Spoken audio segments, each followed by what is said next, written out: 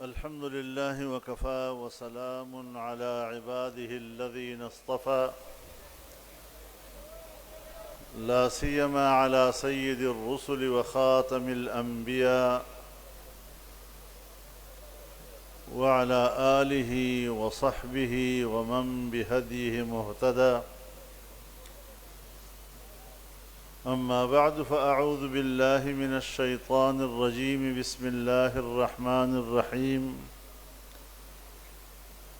يريدون ليطفئوا نور الله بأفواههم والله متم نوره ولو كره الكافرون صدق الله العظيم.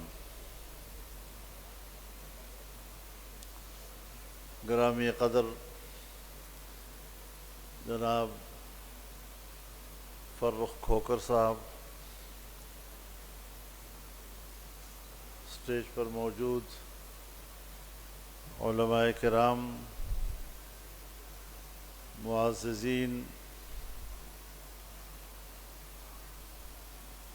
آج کا یہ اجتماع ایک خصوصیت کا حامل اجتماع ہے.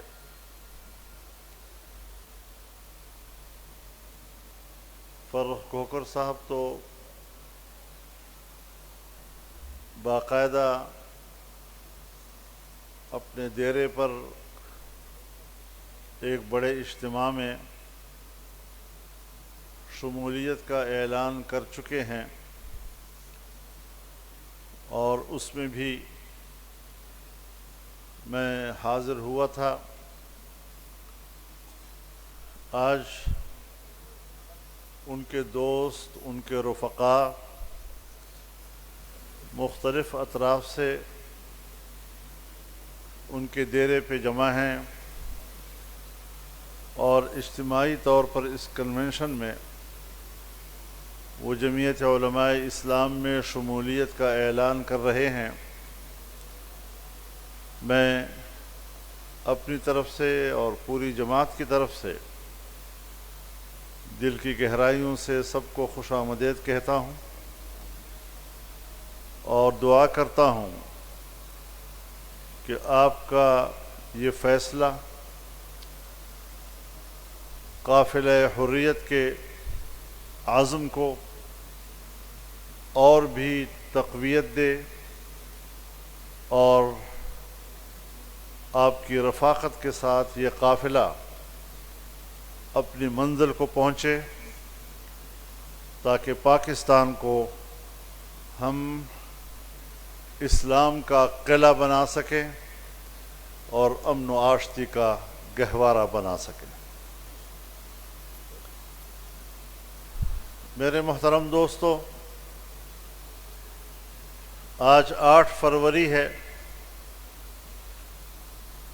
اور 2 سال پہلے اسی دن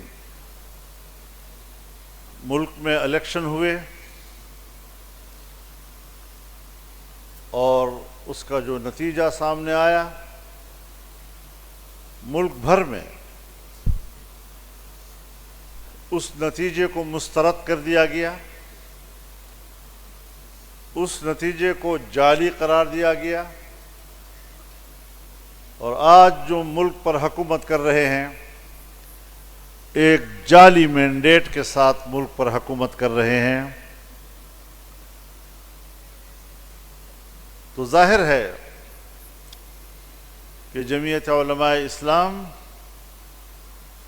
ایسی حکومت میں شامل نہیں ہو سکتی اور ہم نے اپوزیشن بینچوں پر بیٹھنے کا فیصلہ کیا اور اپوزیشن کا کردار ادا کرنے کا فیصلہ کیا ہے.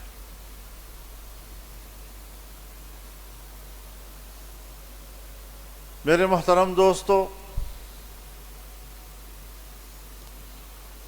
اگر ہمارا تعلق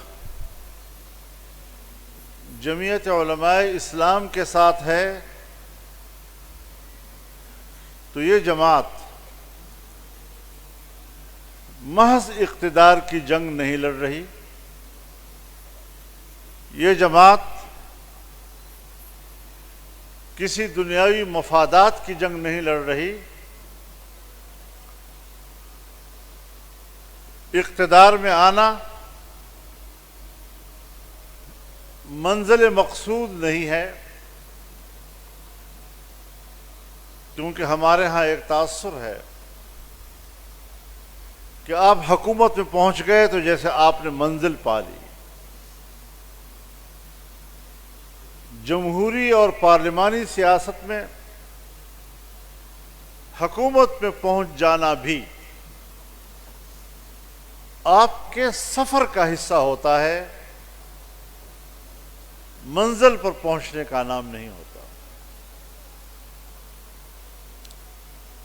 حکومت تو آج بھی ہے،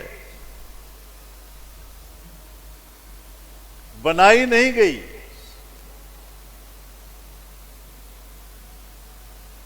کچھ جماعتوں کو آپس میں چپکایا گیا ہے۔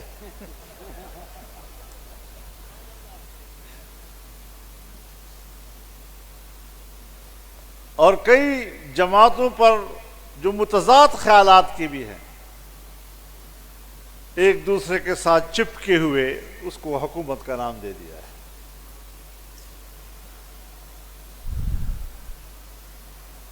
اس طرح کی حکومتیں تشکیل دینا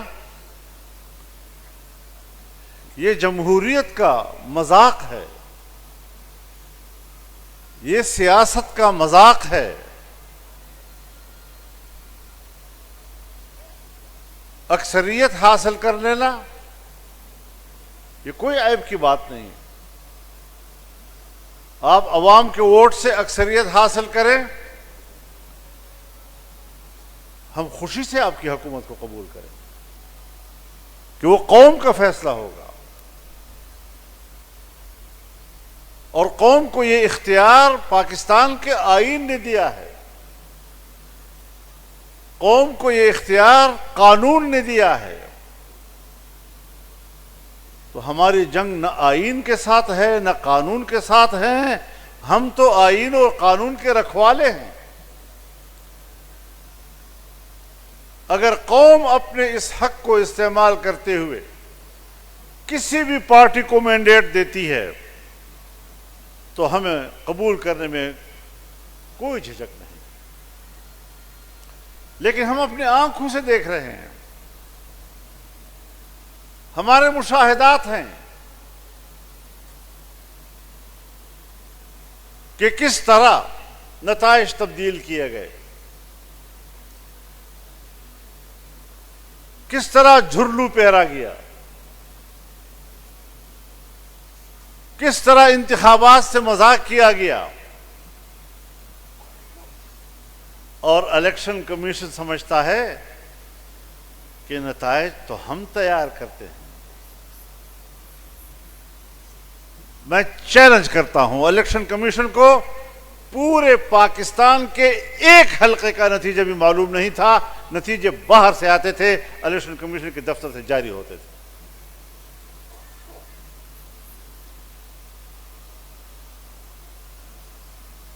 ایسا کٹ پتلی کمیشن شاید دنیا میں کہیں اس کی مثال نہیں۔ تو آج کا دن اس حوالے سے اس کا تذکرہ کرنا ضروری تھا، تاکہ یہ بات آج کے دن کے نسبت سے ریکارڈ پر رہے کہ جمعیت علماء اسلام 8 فروری 2024 کے انتخابات کو تسلیم نہیں کرتی۔ ہم نے اس دن میں مسترد کیا تھا، آج بھی ہم اس کو مسترد کرتے ہیں۔ اور پھر میرے محترم دوستوں، آئیے اس کی کارکردگی کو بھی دیکھ لیتے ہیں۔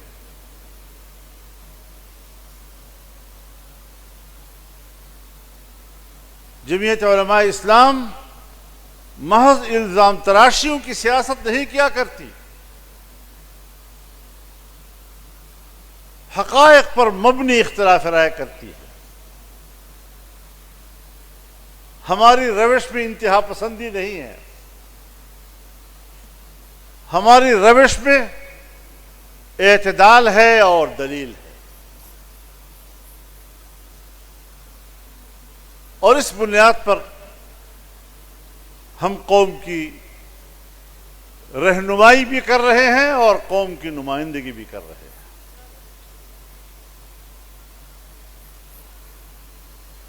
میرے محترم دوستو،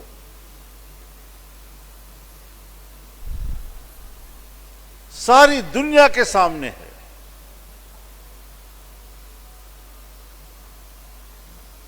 کہ فلسطین پہ کیا گزری،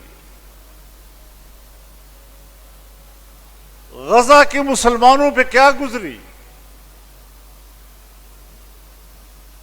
وہ سرزمین کس کرب سے گزری۔ آج تک 3 سال ہو گئے، ان پر آسمان سے آگ کی بارش ہو رہی ہے، اور وہ قوم آگ کی اس بارش میں بھسم ہو گئے ہیں۔ شہر کے شہر مٹ چکے ہیں، 70,000 سے زیادہ ہمارے مسلمان بھائی شہید ہو چکے ہیں، جو لڑنے والے لوگ نہیں تھے، عام پرامن شہری تھے، بیماریوں کی وجہ سے، بھوک کی وجہ سے 1 لاکھ سے زیادہ لوگ اپنی زندگیاں ہار چکے ہیں، 1.5 لاکھ تک لوگ بے گھر ہیں، اور جب سب کچھ ہو گیا،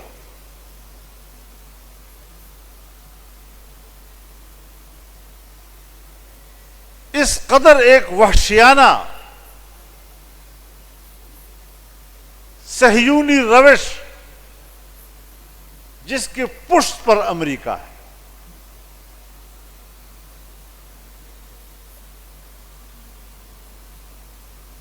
جنگ کی ساری مدد اس نے کی، اس پورے ظلم کے پیچھے امریکہ کے بمبار طیارے، اس کے بم، اس کا بارود، اس کا ڈالر کار فرما ہے، جسے دنیا نسل کشی کہتی ہے، اور ہمارا وزیر اعظم کہتا ہے کہ ٹرمپ کو امن کا عالمی نوبل انعام ملنا چاہیے۔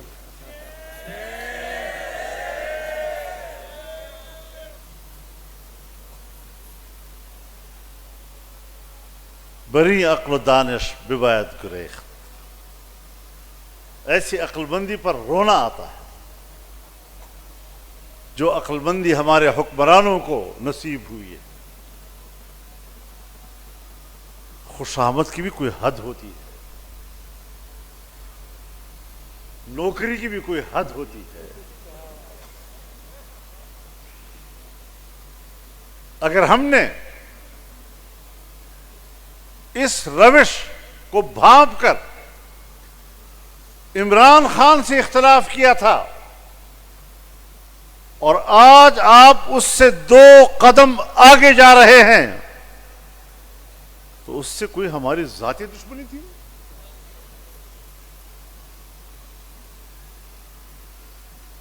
تو اگر آپ 2 قدم آگے جائیں گے تو ہم ان سے بھی 2 قدم آگے بڑھ کر آپ کا مقابلہ کریں گے۔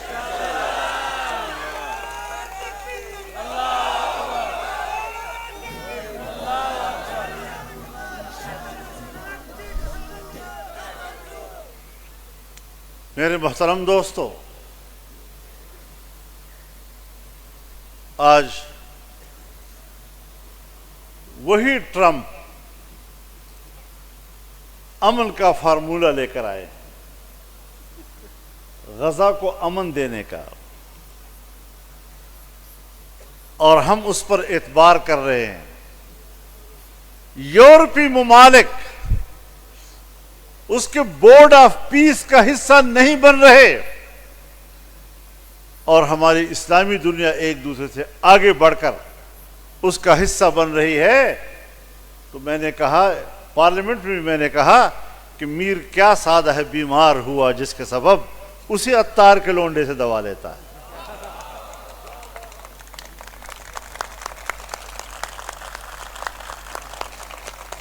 جن کو ہم فلسطینیوں کا قاتل سمجھتے ہیں، جن کے ہاتھوں سے فلسطینیوں کا خون ٹپک رہا ہے، اس کو ہم فلسطین کا علاج ان سے مانگیں، اور پھر اس بورڈ کے اندر، امن بورڈ کے اندر نیتن یاہو بھی شامل ہے۔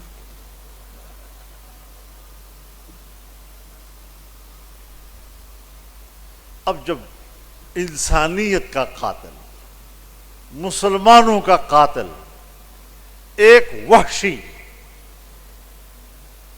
وہ بھی اس امن بورڈ کا حصہ ہو، تو شرم آنی چاہیے مسلمان حکمرانوں کو کہ اس کے ہوتے ہوئے وہاں بیٹھ رہے ہیں۔ ایک عقل مند نے کہا ہر شخص اپنی جگہ پر بیٹھ کر افلاطون بنتا ہے، کہ اقوام متحدہ میں بھی تو ہم اور وہ اکٹھے بیٹھتے ہیں۔ اگر یہ دلیل ہے تو پھر یہ کہو نا کہ قومی اسمبلی میں بھی تو ہم اور آپ اکٹھے بیٹھتے ہیں۔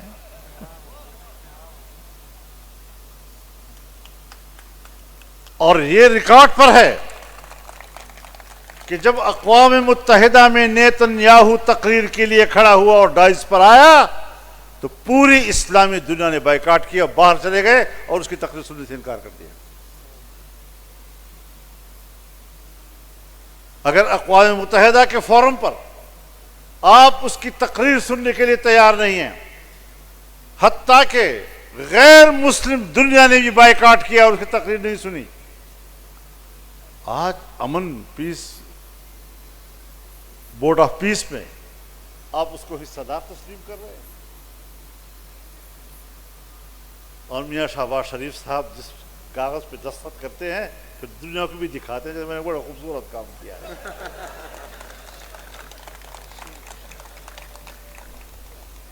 حق یہ تھا کہ آپ کہیں چھپ کر یہ چوری کر لیتے، اتنا جرم پبلک کے سامنے تو نہ کرتے۔ اور پھر آپ یہ بھی دیکھ رہے ہیں کہ چائنا ہمارا دوست، 70 سال تک ہم ایک لفظ دہراتے رہے کہ چین کی اور ہماری دوستی ہمالیہ سے بلند، بحر الکاہل سے گہری، لوہے سے مضبوط، شہد سے میٹھی، اور کیا کیا کچھ ہم کہتے رہے، اور اس نے ہم پہ اعتماد کیا۔ عالمی تجارتی شاہراہ کے لیے اس نے پاکستان کی سرزمین کو چنا، یہاں اس نے پیسہ انویسٹ کیا، ان کو بھی شکایت تھی اور ہمیں بھی تھی کہ عمران خان کی حکومت میں سی پیک منصوبہ روک دیا گیا، میگا پروجیکٹس روک دیے گئے۔ آج ذرا ان سے بھی تو پوچھتے ہیں نا، ہمارے کنٹینروں پر آ کر تقریر کرنے والے،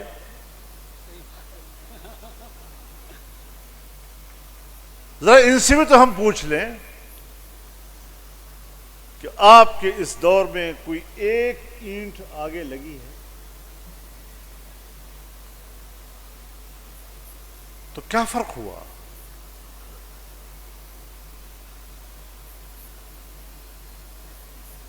اور پھر یہ کہ چائنا کی امید تھی کہ پی ڈی ایم کے لوگ آئیں گے تو پاکستان میں ہماری سرمایہ کاری کا راستہ کھل جائے گا، لیکن روش آج بھی وہی ہے، پہلے سے تبدیل نہیں ہوئی، تو اب تو وہ پورے پاکستان سے مایوس ہو گیا نا۔ اور ہمارے حکمرانوں کی خارجہ پالیسی، کامیاب خارجہ پالیسی، مقبول ترین خارجہ پالیسی، کہ انڈیا سے بھی جنگ، افغانستان سے بھی جنگ، چین بھی ناراض، ایران بھی ناراض، اور اس ماحول میں وہ سمجھتے ہیں ہم پاکستان کی جنگ لڑ رہے ہیں۔ بیڑا غرق کر دیا تم نے پاکستان کا۔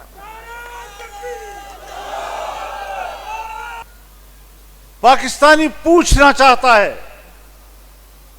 اپنے ملک کے پالیسی ساز لوگوں سے، ہر شہری پوچھنا چاہتا ہے کہ ظاہر شاہ سے لے کر آج کے امارت اسلامیہ تک کیوں پاکستان کے ساتھ نہیں چل سکتے؟ مختلف لوگ آئے، کمیونسٹوں کی حکومت آئی، جہادیوں کی حکومت آئی، طالبان کی حکومت آئی، جو پرو پاکستانی کہلاتے تھے، تو کبھی دوسرے پر تنقید کرنے سے پہلے یہ بھی سوچا ہے کہ 78 سال سے میری افغان پالیسی کیوں ناکام رہی؟ پاکستان میں دہشت گرد آ رہے ہیں وہاں سے، بھائی آ رہے ہیں تو روکو نا، آ رہے ہیں تو مارو نا۔ انہوں نے تو آپ سے کوئی احتجاج نہیں کیا۔ عجیب بات یہ ہے کہ افغانستان کا ایک انار پاکستان کی طرف نہیں آ سکتا، افغانستان کا ایک سردہ پاکستان کی طرف نہیں آ سکتا، افغانستان کا ایک گرما پاکستان کی طرف نہیں آ سکتا، اور دہشت گرد آ رہے ہیں۔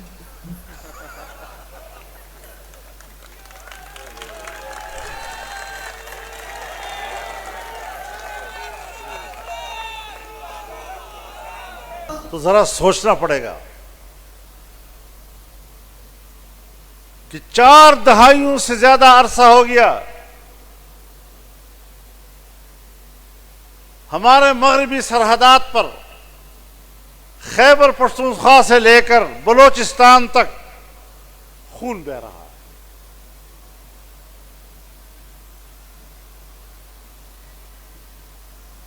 کیوں نہیں رک رہا؟ پالیسی کون بنا رہا ہے؟ ایک جنرل آتا ہے کہتے ہیں مذاکرات کرتے ہیں، دوسرا جنرل آتا ہے کہتے ہیں لڑنا ہے۔ وہ بابا پالیسی ملک کی ہوتی ہے، ایک طرح کی چلتی ہے۔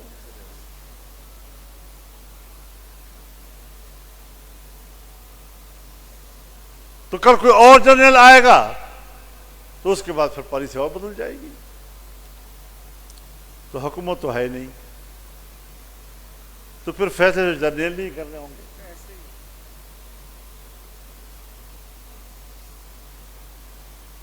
تو افغان پالیسی کدھر ہے؟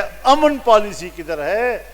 عام آدمی کی زندگی اجیرن ہو چکی ہے، اور جن علاقوں سے میرا تعلق ہے وہ علاقے، وہاں کے لوگ وہاں ایسا محسوس کر رہے ہیں جیسے یہاں پاکستان میں۔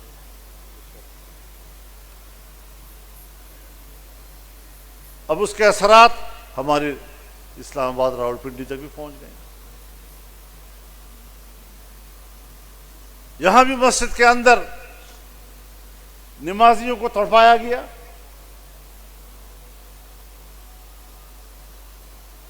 تو اس کا معنی یہ ہے کہ بس کوئی حکومت نہیں، کوئی رٹ نہیں ہے ان کی۔ بڑی بڑی باتیں تو کر سکتا ہے آدمی, بیان بہت اچھے دے سکتا ہے آدمی.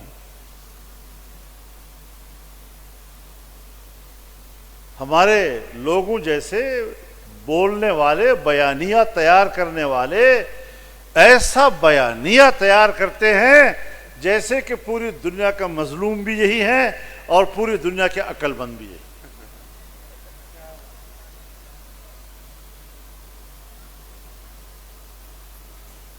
کب تک لوگوں کو آپ بہلاتے رہو گے خوبصورت الفاظ کے ساتھ اور خوبصورت جملوں کے ساتھ؟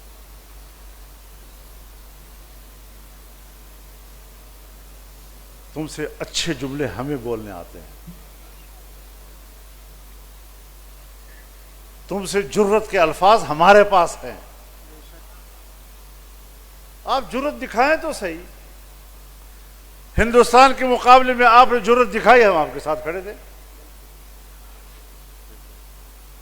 لیکن ملک کی داخلہ پالیسی, امن و امان کے حوالے سے کون اعتماد کرے گا ہمارے پر اور کون ہمارے ساتھ تجارت کرے گا؟ آپ کے اپنے ملک کا لوگ باہر جا رہا ہے.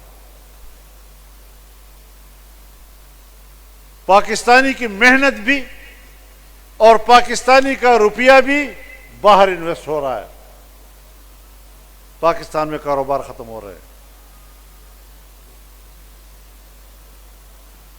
یہ جعلی قسم کی باتیں کہ بین الاقوامی دنیا میں اب ہمارے اقتصاد کے اشارات, کچھ اشارات 15-20 سال سے ہم اشارات پہ گزارا کر رہے ہیں. اور حقیقت یہ ہے کہ ہم نیچے جا رہے ہیں. انڈیا کی معیشت ٹھیک, چائنا کی معیشت ٹھیک, افغانستان کی معیشت ہم سے ٹھیک, ایران کی معیشت ٹھیک, اور اس خطے میں اگر نیچے جا رہا ہے تو صرف پاکستان جا رہا ہے. تو کس کو الزام دے؟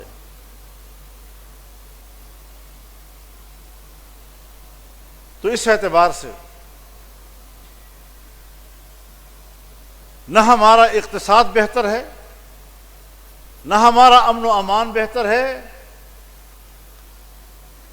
ملک کی سلامتی داؤ پہ لگی ہوئی ہے. اور پارلیمنٹ میں اگر قانون سازی ہوتی ہے تو اس قانون سازی میں بھی طاقتور قوتیں اپنی گرفت مضبوط کرنے کے لیے قانون سازی کرا رہے ہیں, اپنی اتھارٹی کو مضبوط کرنے کی جنگ لڑ رہے ہیں. کوئی پارٹی اس وقت نظریات کی جنگ نہیں لڑ رہی.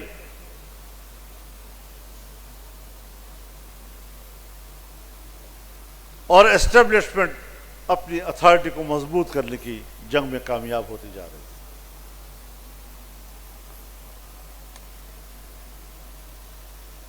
26ویں آئینی ترمیم ہوئی, 2/3 اکثریت ان کے پاس نہیں تھی. جمعیت علماء اسلام کے ووٹوں سے 2/3 اکثریت بن رہی تھی. ہم نے 1 مہینہ 1 ہفتہ مذاکرات کیے, اور ان مذاکرات کے نتیجے میں حکومت نے جو ڈرافٹ بنایا ہوا تھا, یہ ڈرافٹ ان کا بنایا ہوا تھا, ہمارا نہیں تھا. ہم نے 34 شقوں سے ان کو دستبردار کرایا اور 22 شقوں پہ لے آئے ہم. اور پھر ہم نے 5 ترامیم شامل کی. ایک ترمیم کہ 1 جنوری 2028 سے ملک کے اندر سود کا خاتمہ کر دیا جائے گا. کیا حکومت بتا سکتی ہے کہ 1 جنوری 2028 تک سود کے خاتمے کے لیے بینکوں میں یا اداروں میں کوئی اس پر کام ہوا ہے, کوئی پیش رفت کی ہے گورنمنٹ نے؟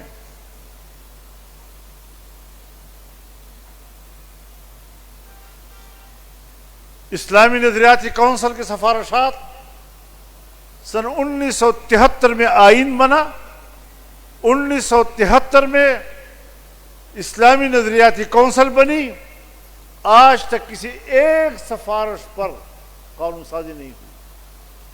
قانون سازی دور کی بات، کسی ایک سفارش پر ایوان میں بحث نہیں ہوئی. ہم نے آئینی ترمیم دی کہ حتمی طور پر ان سفارشات کو ایوان میں زیر بحث لایا جائے. طے ہو گیا. 1 سال ہو گیا ہے، ایک سفارش ابھی تک وہ ایوان میں نہیں لائے تاکہ اس کے اوپر بحث کی جا سکے.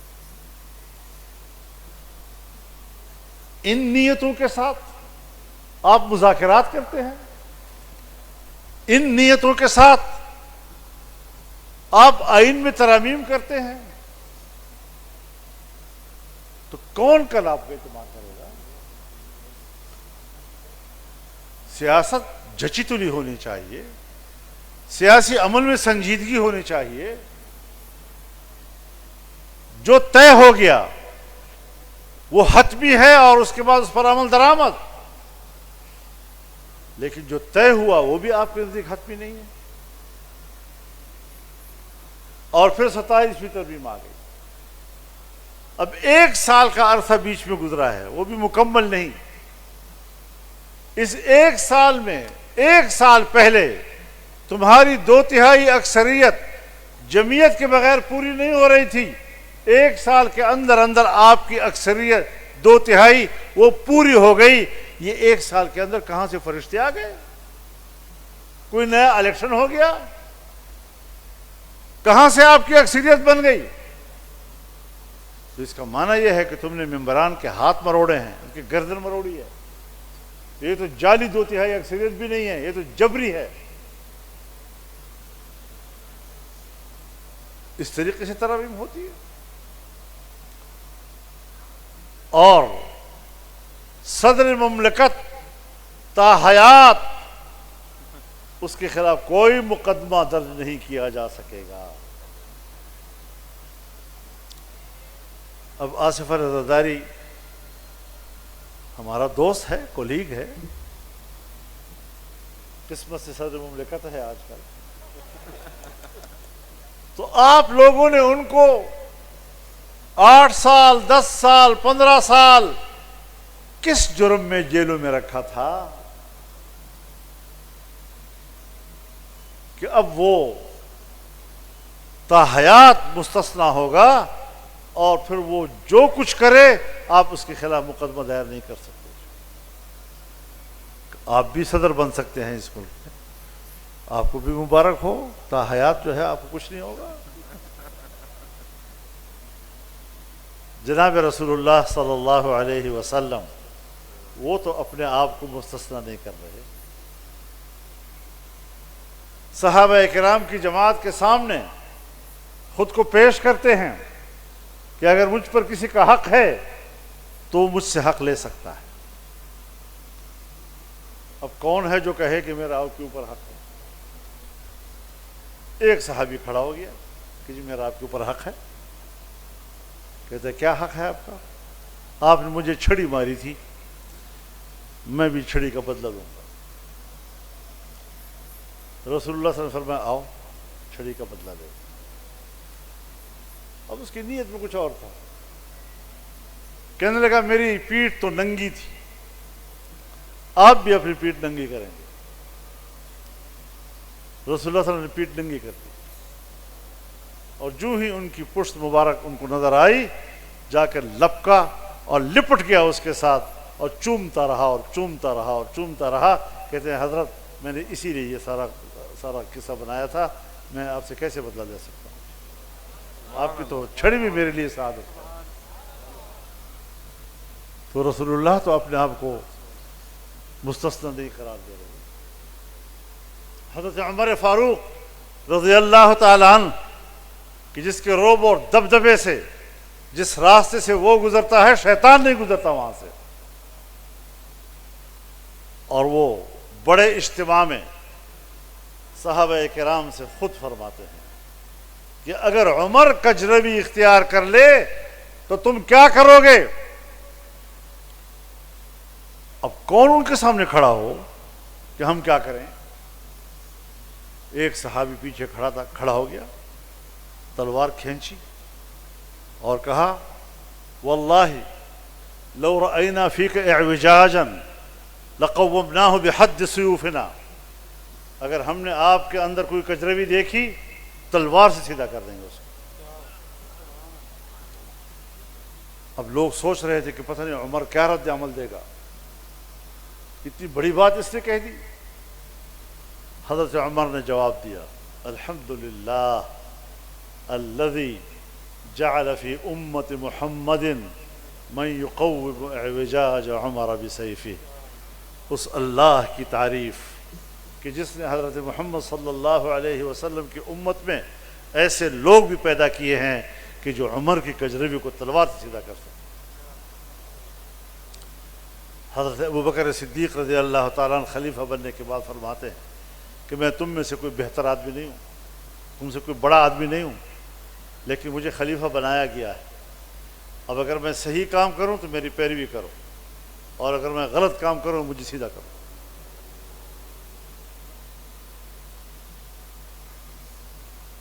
ہمارے حکمران ان سے بھی بہت مقدس آ گئے۔ 1400 سال کے بعد یہ ہم پر منکشف ہوا کہ ہمارے ملک کا حکمران اور طاقتور وہ مستثنیٰ ہوگا قانون۔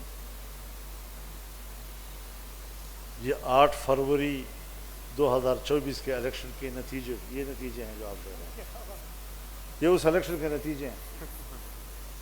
صرف یہ نہیں کہ حکمرانی ہو رہی ہے، اس حکمرانی کے نتیجے میں یہ سب کچھ سامنے آ رہا ہے آپ کے، کہ خارجہ پالیسی ناکام، اقتصادی پالیسی ناکام، تجارتی پالیسی ناکام، قانون سازی میں بددیانتی، قانون سازی میں جھوٹ، اس قسم کی چیزیں آپ ہم پر مسلط کریں گے اور پھر ہم سے توقع رکھیں گے کہ ہم آپ کا تعاون کریں۔ تعاون کریں گے اچھے کاموں،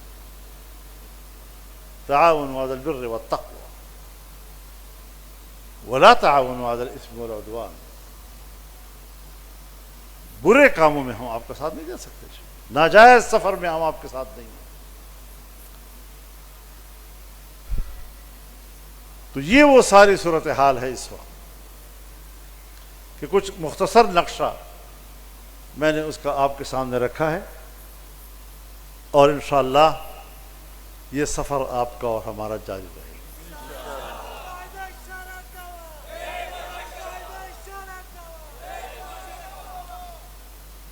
اللہ کا شکر ہے کہ اللہ نے جمعیت علماء اسلام کو بڑے مخلص ساتھی کارکن نصیب کیے ہیں۔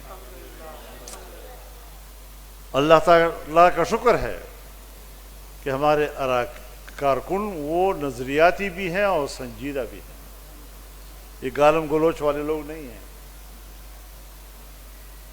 اور الحمدللہ کہ اللہ تعالیٰ نے جمعیت علماء اسلام کو جو کارکن نصیب کیے ہیں وہ بہادر بھی ہیں، ڈرپوک نہیں ہیں۔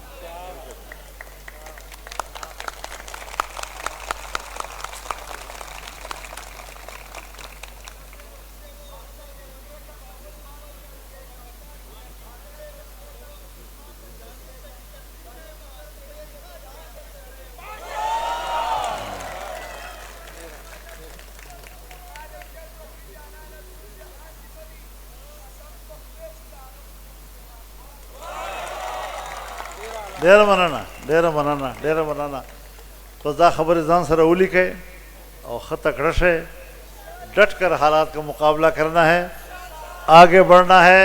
یہ پاکستان کسی کی جاگیر نہیں ہے، یہ ہمارا ملک ہے اور یہ ہمارا ملک بن کر رہے گا۔ یہ اللہ کے نام پر بنا ہے، اسلام کے نعرے پہ بنا ہے، لا الہ الا اللہ کے نعرے پر قوم نے قربانی دی ہے، اور انشاءاللہ اس نظام کو اس ملک میں برپا کرنے کے لیے اپنا سفر جاری رکھیں گے، اکابر کا بتایا ہوا راستہ نہیں چھوڑیں گے۔ اللہ تعالی ہمیں اخلاص، توفیق اور استقامت نصیب فرمائے۔ وآخر دعوانا ان الحمدللہ رب العالمین۔